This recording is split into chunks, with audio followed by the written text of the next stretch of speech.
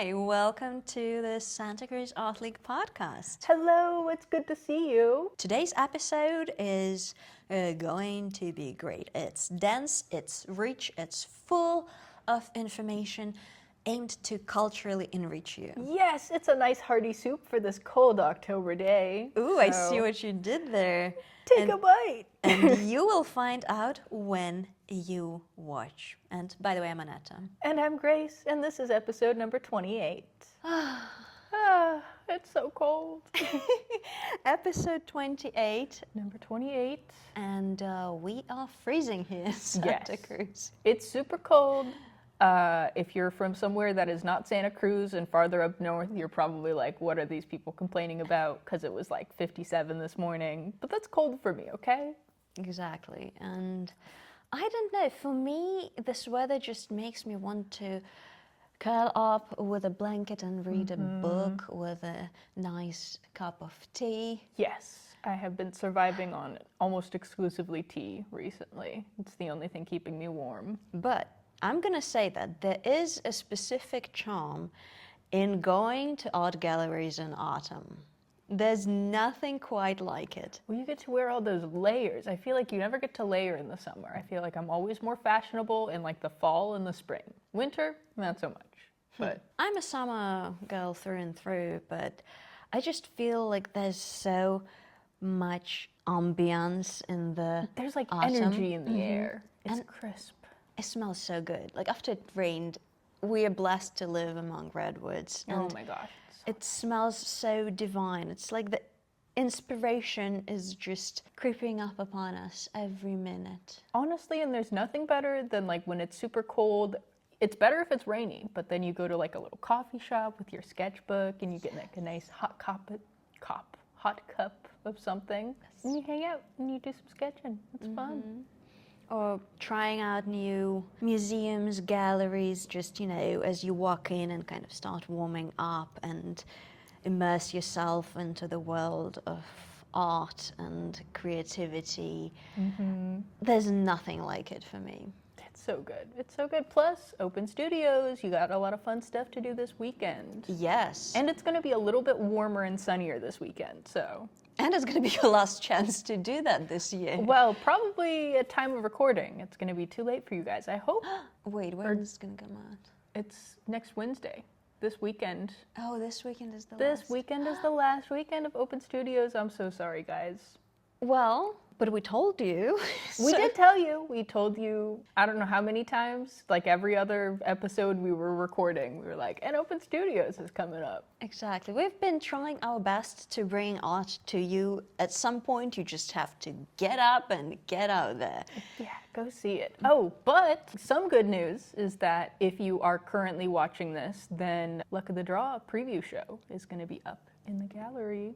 You can go and check that out. I'm so excited for it. I know, me too. It's such a cool event. It's the biggest fundraiser for the Art League. So I hope you're part of it and part of us. Oh, I hope you're a part of us.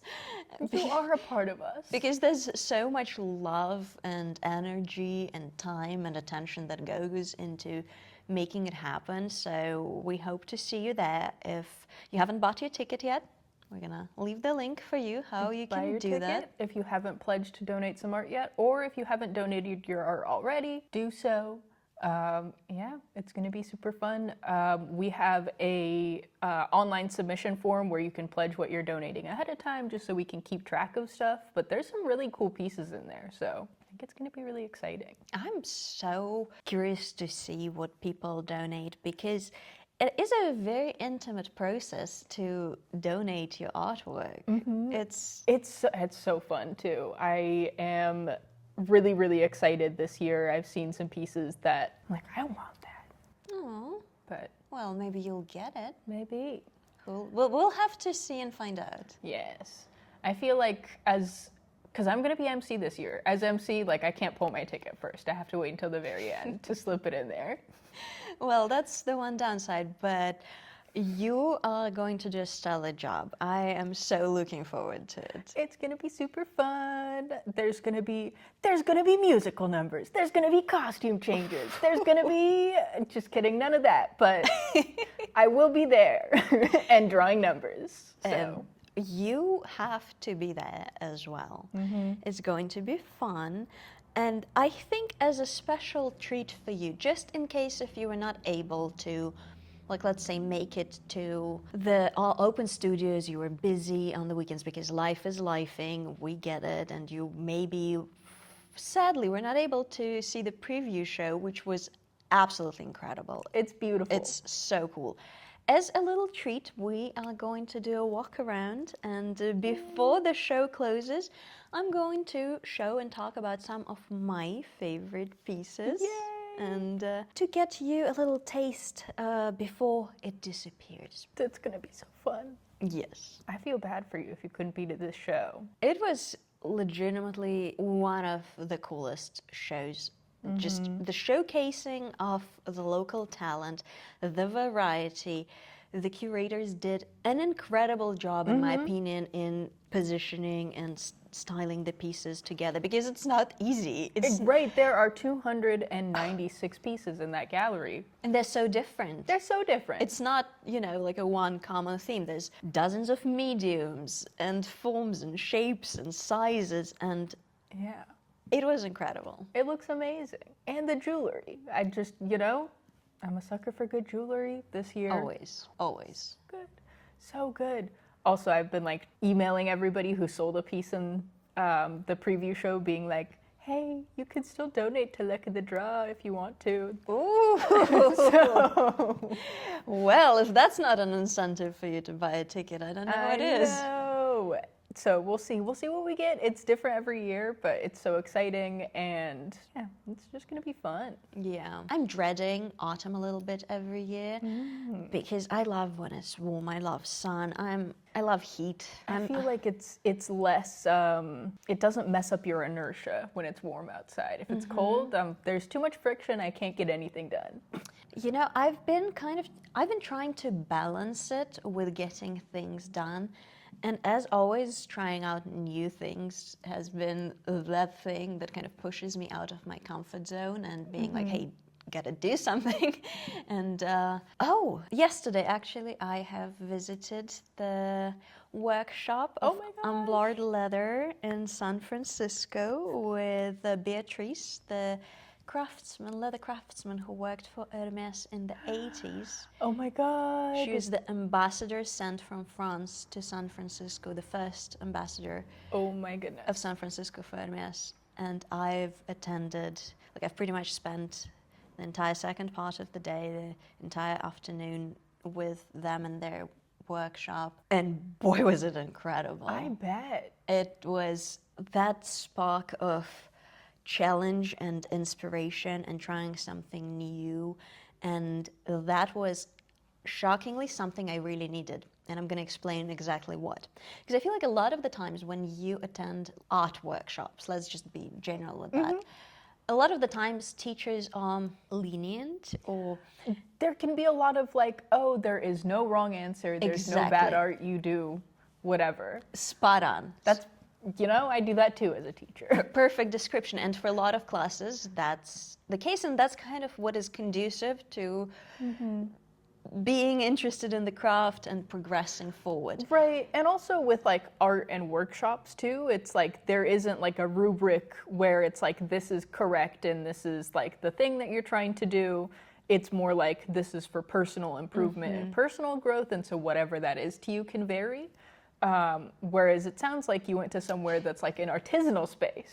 Yeah, and so there is a right and a wrong, and by God, if you're wrong, they're gonna let you know. Spot on once again. That was not the case, and I freaking loved it because, especially, I've shared some of my story that I have some experience with working with leather. I know saddle stitching. I know a lot about leathers. I have a really solid background. So the demand from me is slightly different from someone who is just entering new. And it was incredible because Beatrice kind of like schooled me on the stitching, and I needed that because Yeah, like of I could do course. better. And she's like, yeah, you gotta redo this stitch. Like you have to unstitch it. I And love that. I love that so much.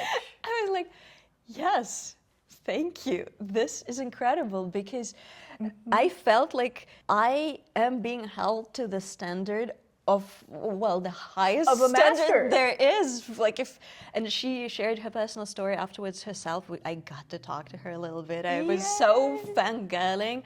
And she shared that when she decided to pursue Korean leather, she was like, well, I've got to work from the best. And I was, that's ironically what was my incentive. If I'm going to learn working with leather, I'm going to learn from the best. And she was like, I'm either going to be working for Hermes or not at all. And she managed to get a job there. I love that. And she's just so incredible. And her daughter, they have like their 2 dogs in the studio with them. So it's truly like a family business. That's so good. And supporting them is such an honor, and learning from them and advancing my craft. And I definitely am going to be back for the few larger projects I have. Like I think I mentioned it, a jacket and a bag that I want to make. I probably shouldn't be sharing it. You're like, I've got a long way to go. I have a really long way to go, but I'm so excited because they break it down to the bones, because first you learn how to hold a knife properly. Right. Well, you have to have every little aspect of what you're doing. Like when you're working with artisans or craftspeople,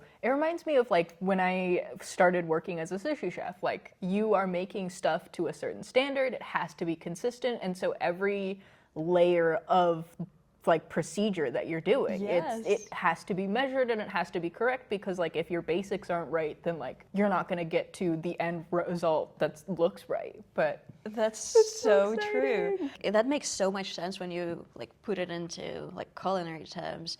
And that's, I guess, the same with every craft. And having like this little window into their life and into their standards, into the highest standard of this craft, of like when I was making a pattern, I was making a like a little folded card holder, and the paper pattern was kind of like 0.5 millimeter off. Ooh. And I love it. Was not like, oh, that's fine. No, she like took the ruler and she kind of like sliced it, and it was literally hair. Oh my goodness. Hair with paper. That is the mark of a professional. And it's incredible. That's so good. And it really is challenging, like holding the knife properly, because it's very different to like what I'm used to working with, like cutting paper. Yeah, it's different from like an X-Acto knife that you can just, you know. And their tools, some of their tools are like handmade for them by like artisans who make tools. It's mind-blowing.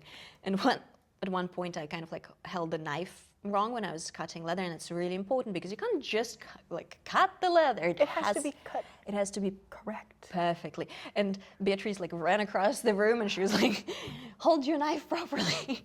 I was like, "Thank you." I love her. That's amazing. I'm a woman in love. I'm going to be back. I want to support them, and they make their own leather goods, obviously. And I was the only novice in the workshop, but all the other people, they were, continuing working on the more advanced projects. It just gives you like a little peek into what you can one day achieve if you stick with it. Yeah, and it kind of solidified of how much I have to learn, and I think this is what's going to get me through the autumn and through the colder months of like challenging myself and trying out new things and having this influx of inspiration and just like the creativity, but like disciplined. It's very like you have to be by the book for all of these things, and then like once you build up those skills, and then they like let you kind of unleash that onto whatever you want to build. It's gonna be so sick. And that's kind of reminiscent to art school, where you kind of like, you have to learn it the right way. You have to learn the technique so that when you break the rules, it's intentional. And boy, do I love it. I'm so inspired, so grateful for this opportunity that I have, and just trying myself in something new and seeing what comes out of it. So cool. Not going to lie, that this week with this, large project upcoming, kind of my personal art was put on the back burner. But this is your personal art, I would say. True, thank you. So, But kind of like the projects that I've been continuously working on, they have been, they had to step aside. that can happen. That's been, during open studios and stuff, because I'm working here, I do assistant work for Ed, and so like my personal projects kind of fall by the wayside a little. Yeah, something has to give, Something has to give, but I still like doodle on things sometimes, and I'm gonna be at my studio on Saturday. So, my housemate, she works at Marianne's Ice Cream, and they are having a pumpkin painting competition. And she's really talented artist also, but she painted Garfield on one side of her pumpkin, and then on the other side, I don't know if you guys know about anything on Reddit. There's this subreddit called I'm Sorry John. It's basically like eldritch horror Garfield. So she has a spooky Garfield on the other side. It's really good. I'm discovering a whole new world right now, and I'm excited about it. Yeah, it's pretty crazy. Anyways, so she painted a pumpkin, and I was super jealous. And she was like, "I think one of my coworkers isn't gonna paint a pumpkin, so you can paint his." Oh, so when is that gonna be happening? I'm doing that on Saturday at my studio. I love using my studio space for painting a pumpkin. Absolutely. Look, that's why you have That's that why I have a creative studio. space.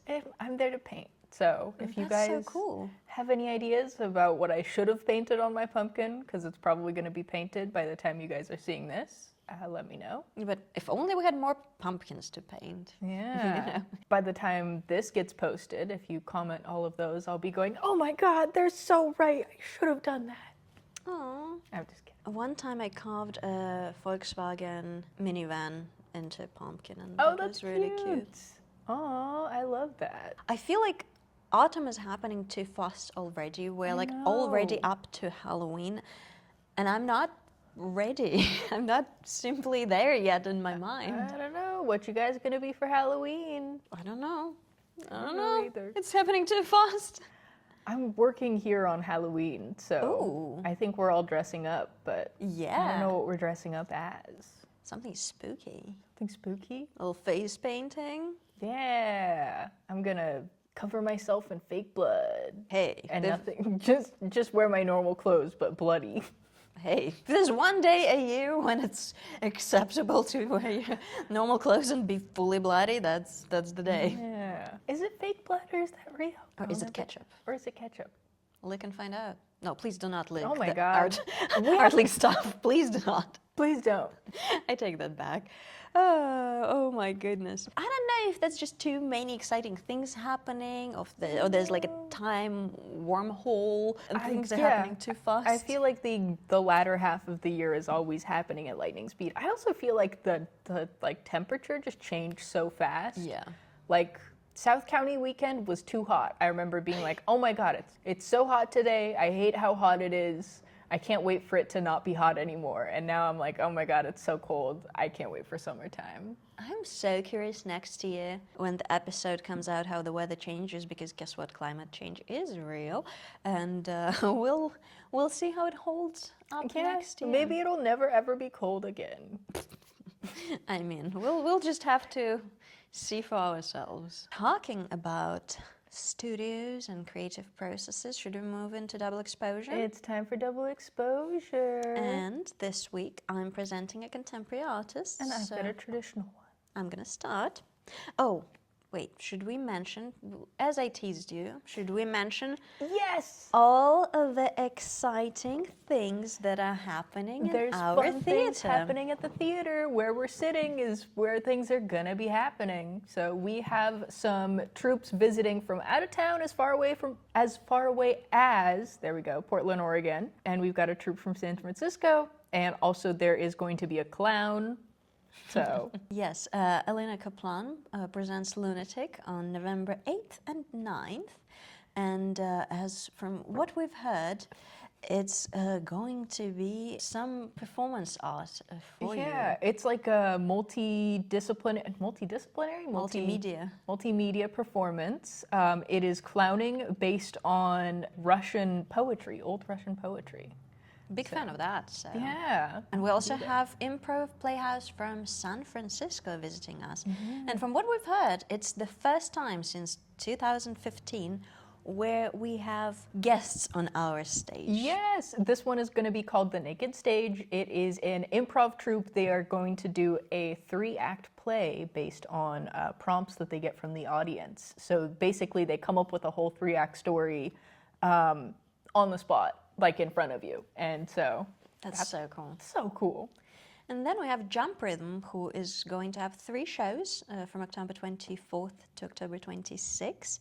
And on October 25, they are going to have a special workshop for us. It's going to be a voice and movement workshop. Yeah, a lot of good improv happening here in the theater. So come and check it out.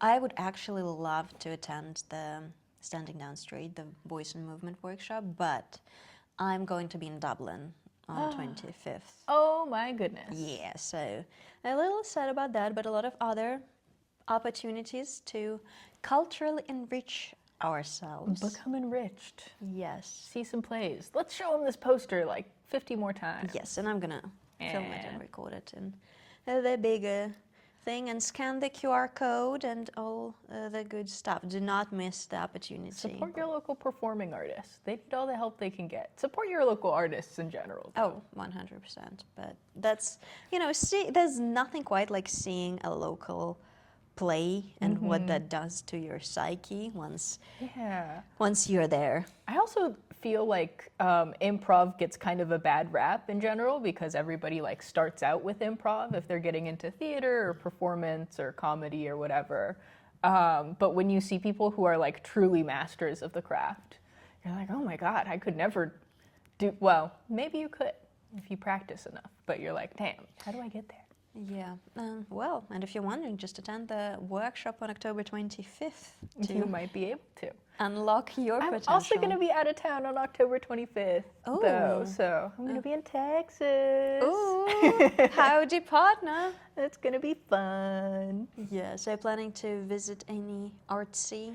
Ooh, I haven't checked out. I haven't done my research on art stuff yet that I want to see. I'm going to see there is this one gallery space called The Hangar that I've been wanting to check out. So I might see if we do that. But exciting. Yeah, it's going to be fun. So we're both out of town. Yeah. Next week. Look at us. It's already next week. Oh my God. I know, right? Where does the time go? You said Dublin. Dublin where? Dublin, California. Sadly not Dublin Island. I was like, she's going international? I'm not for now, but one of these days. I'm still hoping to squeeze another Hawaii trip by the end of the year, but we'll see.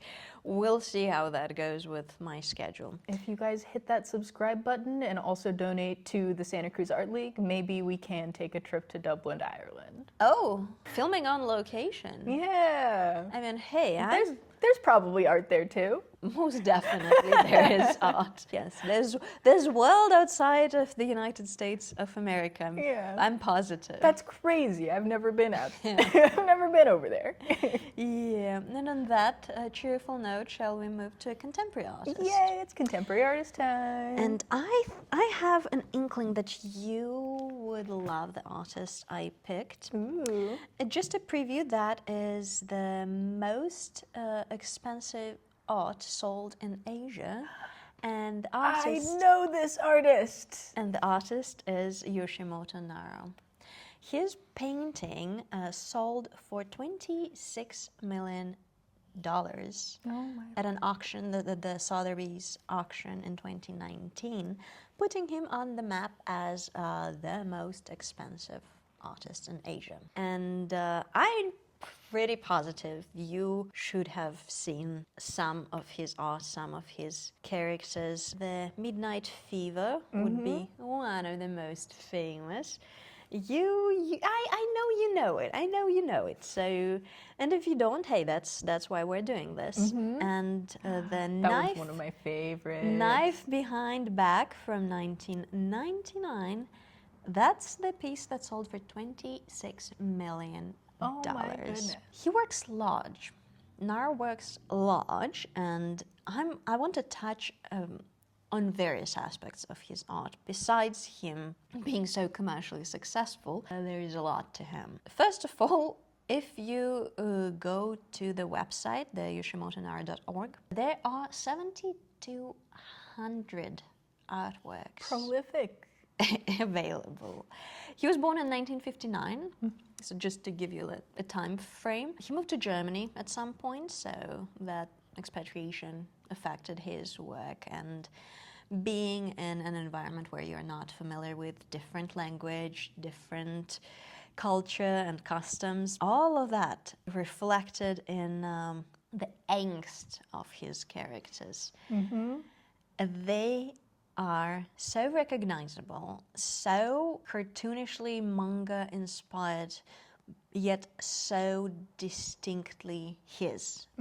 It's incredible. And one of the interesting things that I found about him and him as an artist and his space, his studio, is that he works in a blank wall studio where it's just white, because according to him, that helps him see the rest of the colors that he's working with pop. And even though they might look really simple, if you zoom into them, you can see the complexity of colors there's underneath. layers and... Yes, definitely there's layers, like you said, and he works on the impulse. So that's something that I feel like we don't talk too often.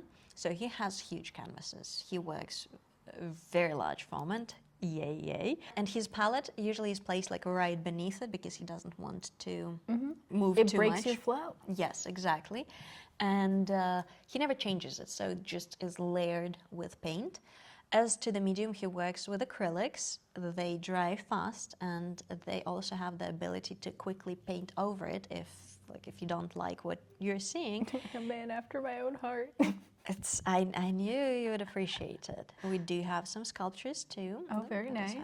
If he's going with the flow and he puts on the color palette and he doesn't like it, he just paints over it, and he lets the colors reveal the piece itself.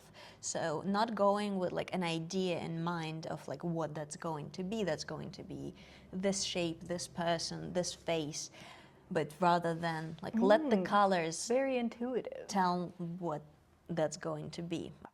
I love his little characters. I love the like girl with the bob, and just like how, I don't know, she looks so like mischievous, devious, all that fun stuff. She's up to something. She's got her little knife. Exactly. So that's one of the prolific points in his work, even though the characters are cartoonish and benevolent looking. So they're kind of cutesy, adorable. By the expressions on their face, A little evil. they are a little evil. There is either a mischief or some kind of angst behind the eyes. And if not behind the eyes, they have props. Like knives, saws, guns, all of that. And it's also political. His art is also political, even if sometimes not outstandingly so. Sometimes it is through the writing and slogans, which is more evident, and sometimes just through the facial expression. Yeah, I really appreciate this like genre of contemporary art that's like a melding of like cartoon characters, like cutesy aesthetic things with fine art. I think that it's really interesting, and it's like kind of a departure from the contemporary pop art that I'm used to seeing. And so I think it's really fun and exciting, and I don't know, it draws you in. I think that it's a really easy art form for people who maybe aren't as versed in art to understand. You can like see this and be like, yes, this character, I can tell how she's feeling, or I can like empathize or personify or whatever. And so I think that lends to it being so successful, is that there's kind of a lower barrier to entry, which like in a lot of art that's maybe more abstract, or, you know, it's a splash of paint on a canvas, like you need more of a backstory to be able to understand what's going on. Yeah, and I think what can be felt through his work is his relation to music, because he was raised in rural Japan. He was able to tune to an US Air Force base, their radio. So he would, as a child, he was exposed to a lot of rock and punk music that he was not able to make out the words, which is really fascinating, just how well, obviously, the music is able to convey the emotion, the feelings, the angst, especially in those genres, and how, as a child, he was able to grasp it and portray those just with a different medium. I think that's just brilliant and such a fun piece of lore to him, of like growing up with music, because I feel like a lot of artists are influenced inadvertently by a lot of other mediums. All of the things that you consume, you know, layer on top of each other to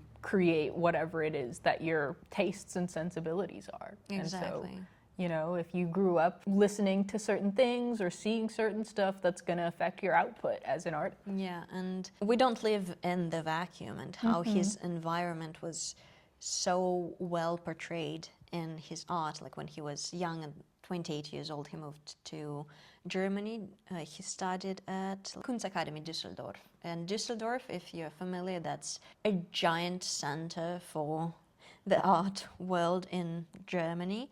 It's historically really famous, and he was studying under the Neo-Expressionists, so that's kind of also evident.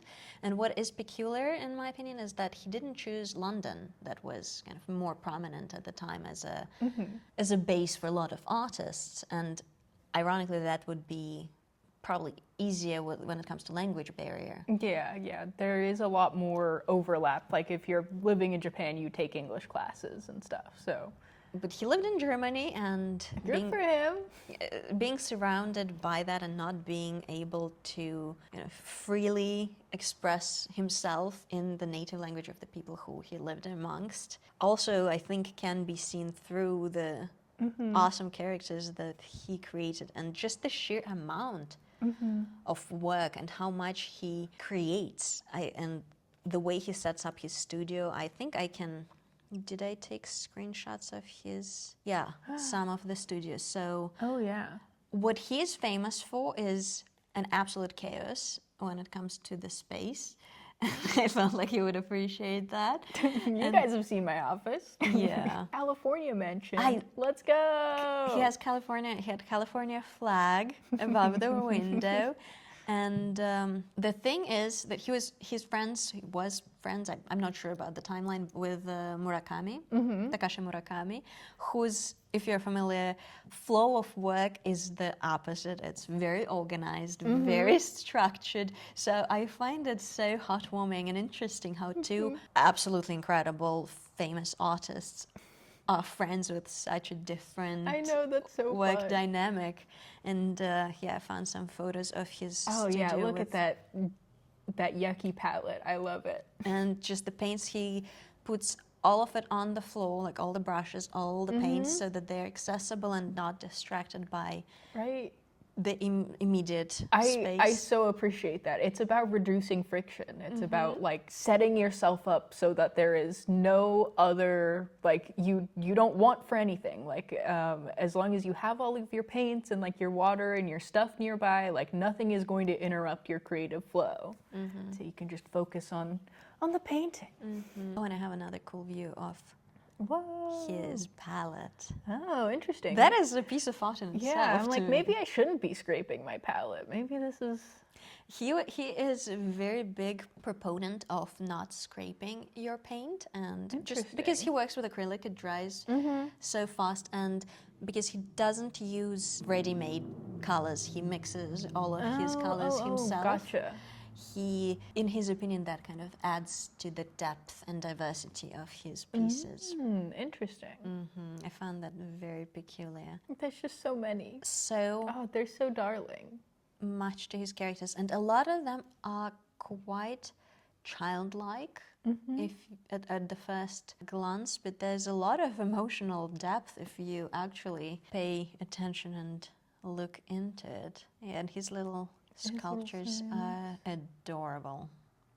And I feel like that's a great example where the artist is prominent not by the complexity of his techniques, so to say, but by everything that goes into that. There's one of them that was painted on the side of a bag. on a paper bag.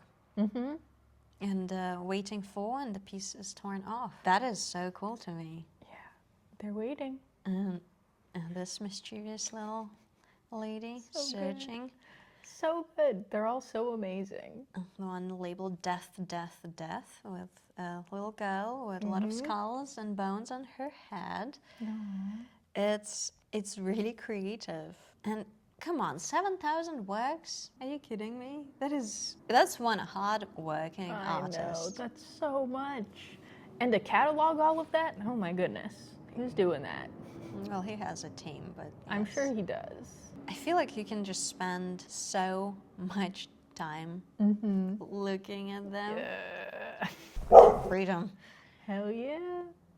Oh, so good.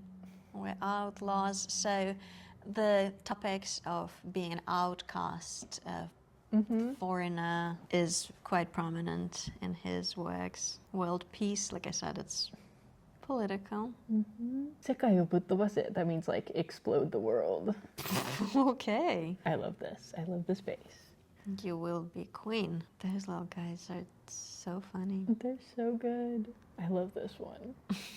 Just a pile of goo. Just a pile of goo. Who isn't just a pile of goo? Yeah. Those little vases is kind of reminiscent with Russian nesting dolls, but at the same time, very different. 人生? That's like life? Yep. Yep. Feel that. Marching on, still alive. I could just keep scrolling this for days. Exactly, and Ever and ever and ever. I so much appreciate the archive. I'm gonna leave the website for you. Okay. This is encore. What does that mean? Like at the end of a play when you're like encore. Oh, encore. Okay. Yeah. Oh gosh, I was only in Japan until like the 6th grade, so my kanji is not good. But you're doing God's work right now. Oh gosh. I don't know if I can read that. Something niru no sa. I don't know. She's somewhere. And I feel like even when you don't understand what is written in Japanese, you can. But it's the point. Is that you can't understand. You gather what it is about. Yeah. And I love how much rock and roll and rock and punk is still such a theme, even in the later pieces from his. He just likes rock and roll. 2000s, yeah. That's super sick, dude. I feel like it's the high time to spotlight Nara as a prominent contemporary artist, because selling a piece of your art for $26 million, Sotheby's is my other first dibs. You got some bougie addictions. Me on my Instagram. You tell me. What I can afford. All right, we spent so much time on Mr. Yoshimoto. Yeah. Okay, very quick, but because I have a meeting after this. Today's artist from the past that I wanted to share was Andy Warhol, which is I think is kind of fun because we're both sharing kind of pop arty things. But you guys probably know who Andy Warhol is. If you don't, what have you been doing all this time? You probably have. There's no way you can escape. Right. He was famous. So he used to be an illustrator, another one of those artists that worked in commercial art. And then made the shift over to fine art, but his stuff was groundbreaking and significant because at the time, all of the bigwigs in New York were doing like abstract expressionism. You had your Jackson Pollock, you had your, I don't know, other guys. And so when he started getting represented by famous galleries, they were like not stoked on that because they're like, oh, he's just doing screen prints of Marilyn Monroe, which like we were hating on this a couple episodes ago, but he was the first to do it. Exactly. So he was the one to break the ground. Yes, and also he used more colors than black and white and a red, so he gets a pass. And he's the blueprint for Marilyn Monroe. Right. He did it best, and I don't know if anybody else is going to do it any better. But super cool artist. I also really am fascinated by his process. So he had a studio space that was an old firehouse that he like decorated with tinfoil and silver paint, and he called it the factory. And he was just cranking out works in there, which I think is really interesting. So he brought like mass production to fine art, which I think, you know, kind of goes with the artist that we were talking about earlier today. Slightly he's different. had so many. Yeah, because Nara's is minimalism in the metal shed with no heating, no. It's true. And he cranks all of those out by hand, whereas like Andy Warhol's thing was mass production. It was like streamlined.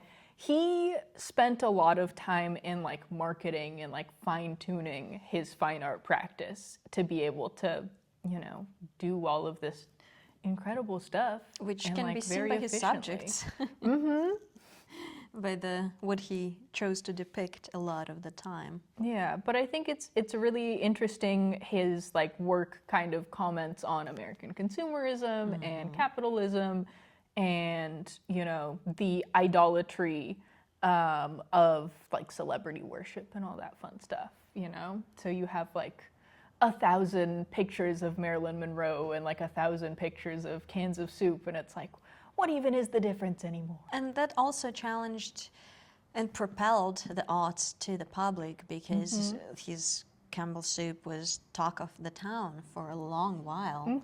And the famous banana, and Right. just having people talk about art. In my opinion, if that's the entry point, that's great. you Yeah, know? I think that it's another one of those things where like it's easy to get, you know, his art is for the masses in the sense that he has that like commercial influence, it's bright colors, it's loud, it's in your face, and also it's like recognizable things.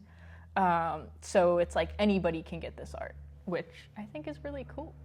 And, well, let's be obvious, his connections were also helping him That's propel his art, which, and especially, like, not to be a downer, but being a man being a man with influence It's true. and connections was helpful. It's true. He had a lot of connections. Also in his like factory, he also had this thing where he was like, I'm creating superstars, and he would have these like artists or up and coming people who he would kind of like bring into his little cult of self. Basquiat being one of them.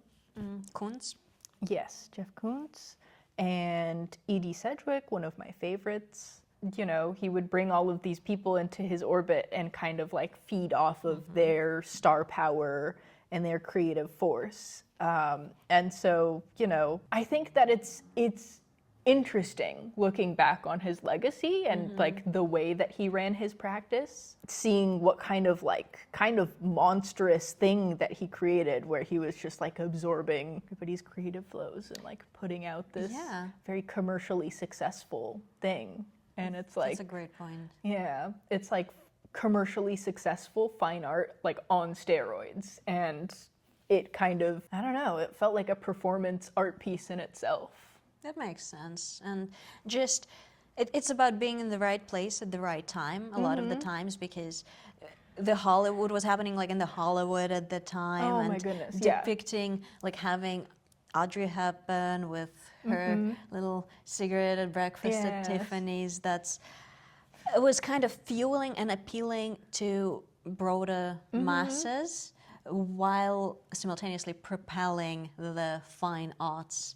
Yeah, it's such an interesting dichotomy, and also I think that he was a pioneer, and I don't have good things to say about all of his methods, but I do mess with some of his art. I think it's pretty cool, and It was definitely challenging a lot of the norms with all the Rothkos and all the other very abstract sensitive and Mondrians of the world. It's so angsty, Yeah. and he's just here like, I'm gonna paint some soups Here's a can of soup. and do a bunch of drugs and have fun. Hey, isn't that what Hollywood is about? Right? He said art should be fun. Good for him. And you know, it's definitely legacy, because as we've seen in some of him in the artists that we've mentioned before, that was copied and reproduced so much. There was a lot of copyright claims and lawsuits around that because the subjects that he chose a lot of the times We're were copyrighted.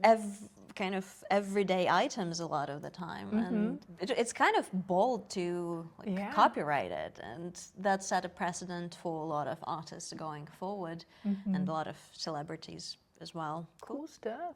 Good choice. Yay. All right. I think that does it for today's episode. Let's wrap this up. Yeah.